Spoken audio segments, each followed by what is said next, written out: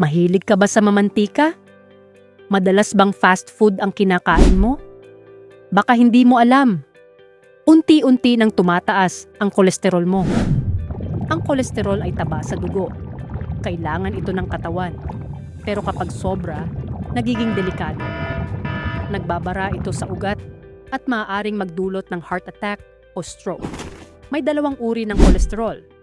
Ang good cholesterol, tumutulong maglinis ng ugat. At ang bad cholesterol, ito ang nagbabara at nagdudulot ng sakit. Paano ito tumataas? Dahil sa sobrang pagkain ng matataba at processed food, kakulangan sa ehersisyo, paninigarilyo at stress. Pero may magagawa ka pa. Kumain ng masustansya, gulay, prutas at isda. Mag-ehersisyo kahit 30 minuto kada araw. Iwasan ng sigarilyo at bawasan ng stress. Simpleng pagbabago, malaking epekto. Magpa-check up regularly.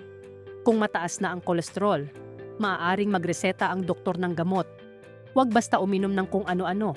Kumonsulta muna. Alagaan ang puso habang maaga pa. Dahil ang kalusugan, hindi hinihintay. Pinapangalagaan, simulan mo na ngayon.